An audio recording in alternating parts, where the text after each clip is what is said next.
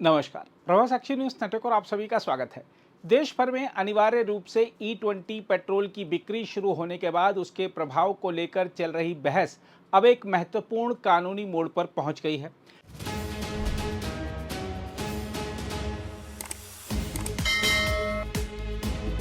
छत्तीसगढ़ के रायपुर जिला उपभोक्ता विवाद प्रतितोष आयोग ने मारुति सुजुकी और उसके डीलर को एक ग्राहक की grand Vitara strong hybrid SUV वापस लेकर उसी मॉडल की नई कार देने का आदेश दिया है।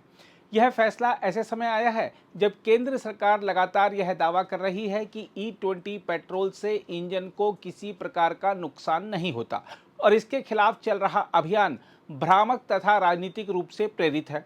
मीडिया रिपोर्टों के मुताबिक रायपुर निवासी 41 वर्षीय डॉक्टर प्रेमराज देवता ने आयोग में शिकायत दर्ज कराई थी कि उन्होंने Maruti Suzuki Grand Vitara strong hybrid Zeta plus खरीदी थी, लेकिन E20 पेट्रोल के व्यापक इस्तेमाल के बाद वाहन में बार बार तकनीकी समस्याएं आने लगी। उनका आरोप था कि वाहन खरीदते समय उन्हें यह नहीं बताया गया था कि उनकी कार पूरी तरह E20 ईंधन के अनुकूल नहीं है। शिकायत में dealer Nexa magneto, sky automobile और मारुति सुजुकी इंडिया लिमिटेड दोनों को पक्षकार बनाया गया। आयोग के अध्यक्ष प्रशांत कुंडू और सदस्य डॉक्टर आनंद वर्गीज की पीठ ने मामले की सुनवाई के बाद निर्माता और डीलर को सेवा में कमी का दोषी माना। आयोग ने आदेश दिया कि दोनों पक्ष 45 दिनों के भीतर शिकायतकर्ता की कार वापस लेकर उसी मॉडल की E20 संगत नई कार उपलब्ध कराएं।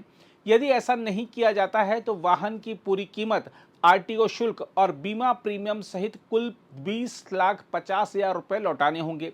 इसके अलावा मानसिक प्रताड़ना के लिए 1,00,000 रुपये तथा मुकदमे के खर्च के रूप में 10,000 रुपये देने का भी आदेश दिया गया है।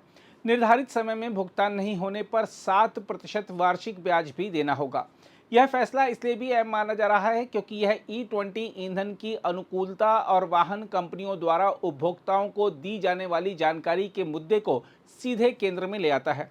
यदि ऐसे और मामले सामने आते हैं तो वाहन निर्माताओं और डीलरों की जिम्मेदारियों को लेकर व्यापक बहस तेज हो सकती है। दूसरी ओर बढ़ते विवाद के बीच केंद्रीय सड़क परिवहन एवं राजमार्ग मंत्री नितिन गडकरी ने एक बार फिर E20 कार्यक्रम का जोरदार बचाव किया है। उन्होंने कहा है कि देश 20% एथेनॉल मिश्रण का लक्ष्य हासिल कर चुका है और अब E20 पेट्रोल लगभग हर पेट्रोल पंप पर उपलब्ध है। यदि कोई उपभोक्ता शुद्ध 100% पेट्रोल लेना चाहता है तो उसके लिए यह विकल्प उपलब्ध हो सकता है, लेकिन उसे अधिक कीमत चुकानी पड़ेगी। हालांकि उन्होंने यह भी स्पष्ट किया कि विभिन्न प्रकार के ईंधन उपलब्ध कराने का अंतिम निर्णय पेट्रोलियम मंत्रालय के अधिकार क्षेत्र में आता है। गडकरी ने E20 से इंजन खराब होने के दावों को सिरे से खारिज करते हुए कहा कि सोशल मीडिया पर इस विषय में गलत सूचनाएं फैलाई जा रही हैं। उन्होंने कहा कि E10 मानक वाले सभी वाहन E20 ईंधन पर सुरक्षित रूप से चल सकते हैं और अब तक सरकार को इंजन क्षति की कोई शिकायत प्राप्त नहीं हुई है।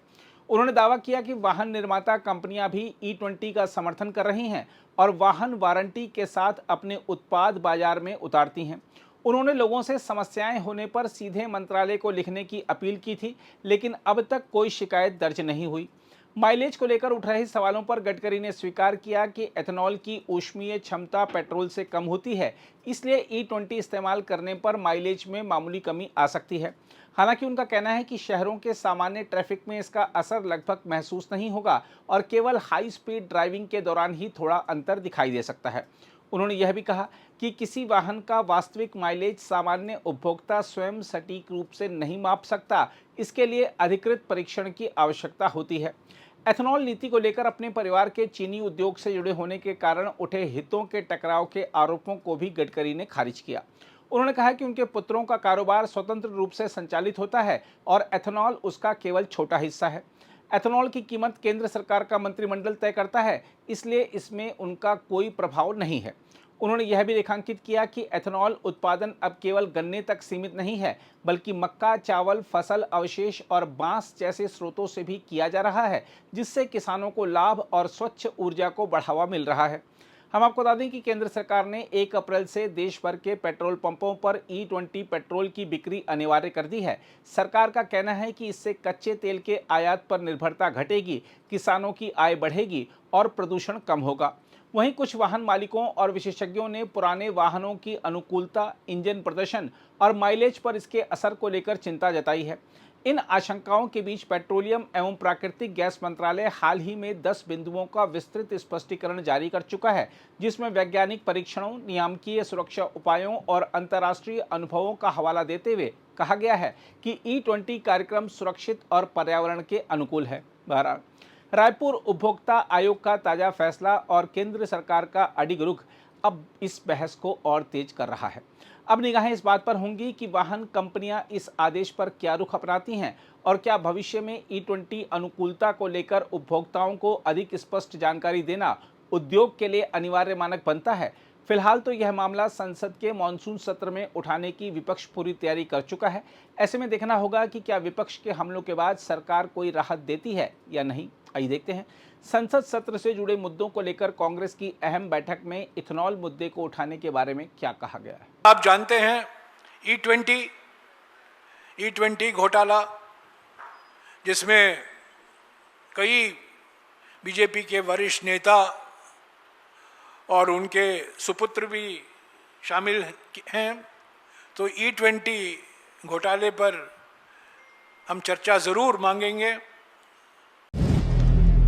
अगर आप भी लेना चाहते हैं देश दुनिया की तमाम जानकारी तो आज ही सब्सक्राइब करें हमारे चैनल को। साथ ही नीचे दिए बेल आइकन को जरूर दबाएं ताकि हर अपडेट आप तक पहुंच सके।